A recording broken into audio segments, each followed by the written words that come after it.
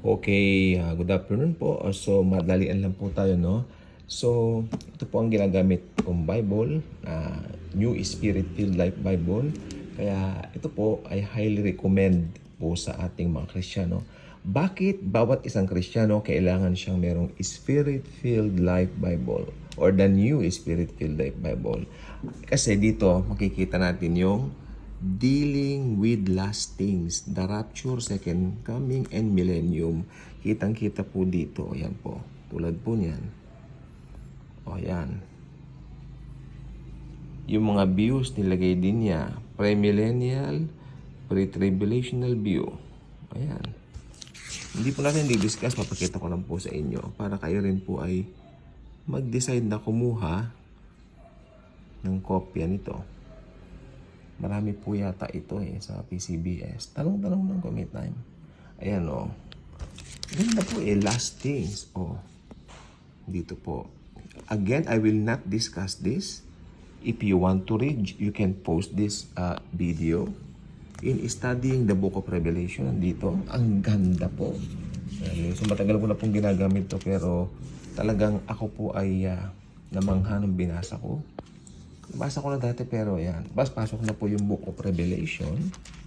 Ayan po.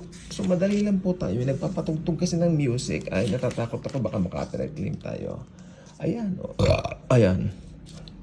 Ayan. Ang ganda ng The Spirit-Filled Life Bible. Ayan. Yan. So, ayan po. Highly recommended ko po siya. Lalo na po dito po sa channel po natin, mahilig po talaga tayo sa end time. Siyempre, sabi ko na nga, ito po ay talagang may kapakinabangan sa atin pong pag-aaral. Ang ganda. This is a very nice Bible. Hindi masyadong mahal.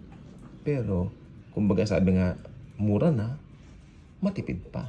Diba? Punong-puno pa ng knowledge. Yan. So, yan, no? So, the Spirit-Filled Life Bible.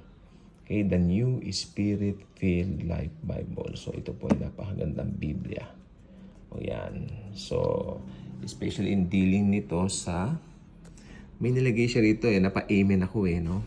Ayan, Christ Jesus desires that His people expectantly anticipate His return. Sabihin natin, hindi naman nangyari. Pero gusto ni Jesus, bawat araw ng buhay natin habang hindi pa nangyayari mga bagay nito, tayo po ay nag-i-expect na darating po siya. Na i-rapture niya tayo. Yan po. Ang nagandang ko ito, tingnan nyo ha. Sige. Mayroong pre-millennial view. Ito po yung view namin. Pre-tribulational. Tapos ito po yung pre-millennial, post-tribulational view. Yan all believers are raptured at the end of the Great Tribulation. Ayan sila. Iba-ibang view. Ito po, binigay po rito yung iba't ibang view. Ang ganda. Alam niyo po kung bakit? Kasi makikita niyo talaga kung ano yung totoo. Tapos, meron din palang si St. Augustine, meron din pala siyang view. So, makikita, i-post na lang yung video if you want to read. Hindi lang po tayo magba-Bible study, pinakita ko lang po. Kasi para makabili po kayo.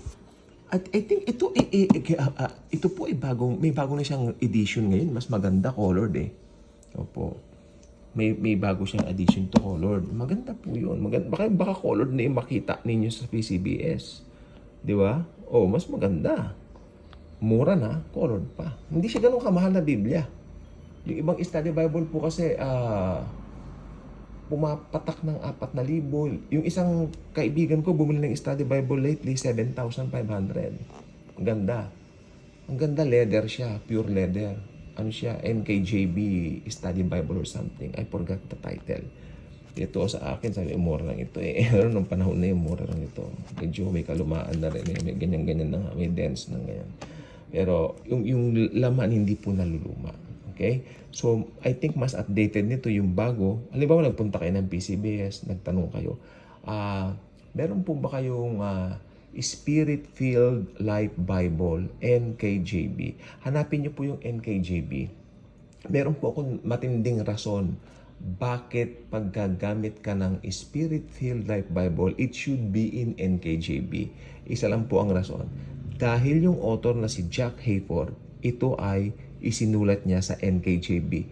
At si Ginoong Hayford po, siya po ay talagang big NKJV fan. Okay? So, ayan. So, ano ko, meron po kayong, pabili nga ng Spirit-Filled Life Bible. Sabihin nyo lang sa PCBS, assist na kayo. Hindi naman po, kung meron kayo sigurong 2,000, 3,000 yun, pwede na po. Kasi maganda po, colored naman po ito. Investment po ito. Maganda po yan. O, tingnan nyo, ayan, malamang colored na yan ngayon. Dahil updated. Update 2000 po. Hindi ko lang po mapakita yung harapan kasi may mga sulat po ako dyan Ito maraming sulat po yan sa loob. So, ito lang pong buti walang sulat dito. So, yes. Nagdi-devotion kasi ko, sinusulatan ko. Yung mga request ko, sinusulat ko. Yes, ganun po. Ang Bible ko po marumi. Marumi yan sa loob. Believe me. Kasi punong-puno ng sulat, punong-puno ng claim. I claim this in Jesus' name. Ganon. Ganon. Dito wala namang malinis banda rito. So, sabi ko, pakita ko nga sa inyo. So, kung may time kayo, magtanong-tanong kayo, pabili nga po ng PCB. Ay, PCB. Pabili ng PCB. Ano ka, bilyonaryo? Mayaman ka, bibili mo ng PCB. Hindi. Pabili nga po ng new, Spirit-Filled Life Bible. I-assist na kayo. Okay, sige. Ganun lang po. Bilhin na kayo nito dahil meron pa ako nakita rito. Sandali. Okay. Ayan. Ito.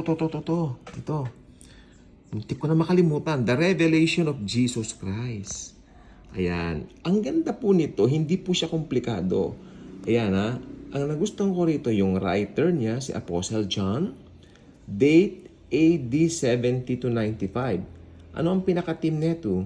The Lord our God, the Almighty reigns. Jesus yon. Meron tayong mga keywords, throne, lamb, overcomes, 7 ISO. Mga example lang yan ng mga keywords na madalas naririnig. Tapos yan, ang ganda, binigay niya yung author. Siyempre, 4 times the author refers to himself as John. Si John. Pero ito medyo mahaba, nabasahin na lang yun. Background and date. Yan. Occasion and purpose. Ayan. Masasaksihan nyo lahat yan. Pag nabumili kayo, siguro mas updated na ngayon. Talagang mas maliligayahan kayo. Matutuwa talaga kayo. Method of communication. Christ revealed. Diba? Yung ang ganda ng napakagandang Biblia, sabi ko nga. Tapos, yan? Yung outline niya, ayan naka-outline siya. Ganda. Iba na yung may alam sa Biblia. Diba? Ito na po yung book. Ito po pala ay nasa 9.5 fonts. So, maski sabihin mong may edad ka na, kaya mo ito. Pero thank you Lord Jesus, mga mata namin maliwanag mata namin sa biyaya ng Lord. At ang salita ni Jesus, ng Panginoong Jesucristo, ni Lord Jesus Christ ay in red. Ayan. Pula. This is a red letter 1. So, ano to? The 7 churches. Di ba? Ayan. Yung mga pastor, magtatanong po ako, ganun, di ba? Yan. Pag may ganito ka, magtatanong ka pa ba? Mali magtanong ka pa rin, pero at least ang kaalaman mo, mas malago na. Ayan. Di ba? Go na kayo. Pabili nga po ng New Spirit-Filled Life Bible. Di ba? Investment po ito Napakaganda. Kasi, yes, marami pong matututo. Balik ko na dun sa Revelation. Ayan. Dito pa lang po yung banat niya, tingnan nyo. Sabi dito, dealing with last things, the rapture, second coming, and the millennium. So, yun ay natatalakay natin dito. Yan. Yan, sample Di ba? Maraming matututunan po talaga. Siyempre, ang view ko dito ito. Ako ay premillennialist, Pre-tribulation ako. Ibig sabihin, bago dumating yung tribulation, ira-rapture na tayo. Yun. Dahil yun naman po ang akmang view dito. Hope nag-enjoy kayo at bumili na po kayo sa PCBS ng ganito. Okay, salamat. Bye-bye.